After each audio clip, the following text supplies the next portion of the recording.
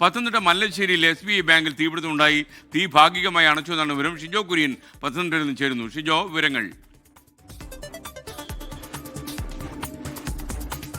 അല്പസമയം മുമ്പാണ് പത്തനംതിട്ട പൂങ്കാവ് SBI ബാങ്കിൽ തീപിടുത്തമുണ്ടായത്. ഫയലുകൾ സൂക്ഷിക്കുന്ന മുറിയിൽ നിന്ന് പുക ഉയർന്നത് കണ്ട് നോക്കിയപ്പോഴാണ് തീപിടുത്തം ശ്രദ്ധയിൽപ്പെട്ടത്. ഫയലുകൾ സൂക്ഷിക്കുന്ന മുറിയിൽ ഷോർട്ട് സർക്യൂട്ട് ഉണ്ടായി ഈ ഫയലുകൾ കത്തി നശിക്കുകയാണ് എന്നാണ് പ്രാഥമികമായിട്ട് നമുക്ക് ലഭിക്കുന്ന വിവരം. എന്തായാലും ഫയർഫോഴ്സ് അടക്കമുള്ള ഉദ്യോഗസ്ഥർ ഇവിടെ എത്തി തീ അണയ്ക്കാനുള്ള ക്രമീകരണങ്ങൾ നടത്തുന്നുണ്ട്. എന്താണ് സംഭവം എന്നതിനെക്കുറിച്ച് കൃത്യമായിട്ടുള്ള ധാരണയില്ല. നിലവിൽ എന്തായാലും ഇത് ഷോർട്ട് സർക്യൂട്ട് മൂലം ബാങ്കിനുള്ളിൽ തീപിടുത്തമുണ്ടായി എന്നുള്ളതാണ് നിലവിൽ നമുക്ക് ലഭ്യമായിട്ടുള്ള വിവരം. നിലവിൽ എന്തായാലും ഈ ഫയലുകൾക്കാണ് തീ പിടിച്ചിരിക്കുന്നത്. മറ്റ് സ്ഥലത്തേക്കൊന്നും തീ പടർന്നിട്ടില്ല. ഇപ്പോഴും പുക അകത്ത് നിന്ന് ഉയരുന്നുണ്ട്. സമീപ പ്രദേശങ്ങളിലേക്കും പുകയൊക്കെ ഉയർന്നിരുന്നു. എന്തായാലും സമയബന്ധിതമായിട്ട് ബന്ധപ്പെട്ട ആളുകൾക്കെല്ലാം ഇത് തീ അണയ്ക്കാൻ കഴിഞ്ഞു എന്നുള്ളതാണ് ആശ്വാസകരമായ കാര്യം. എന്താ സംഭവിച്ചേ?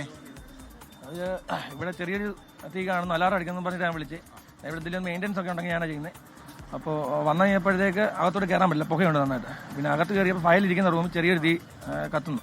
ഞങ്ങൾ എക്സ്റ്റിംഗ്വിഷർ വെച്ചിട്ട് 2-3 തവണ അടിച്ചിട്ട് ഇറങ്ങിയിട്ട് തിരിച്ചു കയറുമ്പോൾ വീണ്ടും തീയുണ്ട്. അപ്പം അങ്ങനെ തീ അണച്ചോ? ഇപ്പം ഏകദേശം അകത്ത് തീയൊക്കെ അണച്ച് ഒരു ഫയൽ മാറ്റിക്കൊണ്ടിരിക്കുന്നുണ്ട്. കത്തി നശിച്ചിട്ടുണ്ടോ? ഇല്ല, കുറച്ച് സൈഡിലൊക്കെ ഉള്ളൂ. നമുക്ക് ആ ദൃശ്യങ്ങൾ കാണാം. ഫയലുകൾ ഭാഗികമായിട്ട് മാത്രമാണ് കത്തിയിട്ടുള്ളത്. ഇത് പലതരത്തിലുള്ള ആളുകളുടെ ജീവിതവുമായി ബന്ധപ്പെട്ടുള്ള ഫയലുകളൊക്കെ തന്നെ ആയിരിക്കാം.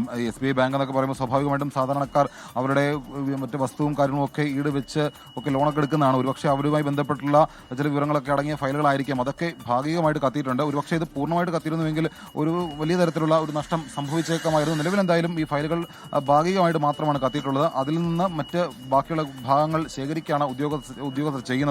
എന്തായാലും വലിയ തീപിടുത്തമല്ല, പക്ഷേ വലിയ തീപിടുത്തത്തിലേക്ക് പോകാതെ സമയബന്ധിതമായിട്ട് ബന്ധപ്പെട്ട ഇലക്ട്രീഷ്യനും അതുപോലെ തന്നെ ഫയർഫോഴ്സിനും സ്ഥലത്തെത്തി ഈ തീ അണയ്ക്കാൻ കഴിഞ്ഞു എന്നുള്ളതാണ് ഏറ്റവും ആശ്വാസകരമായിട്ടുള്ള കാര്യം. ഇപ്പോഴും പുക അകത്തുനിന്ന് ഉയരുന്നുണ്ട്. തീ അണയ്ക്കാൻ കഴിഞ്ഞു എന്നുള്ളതാണ് നിലവിൽ ഏറ്റവും പ്രധാനപ്പെട്ട ഒരു വിവരം. SKN.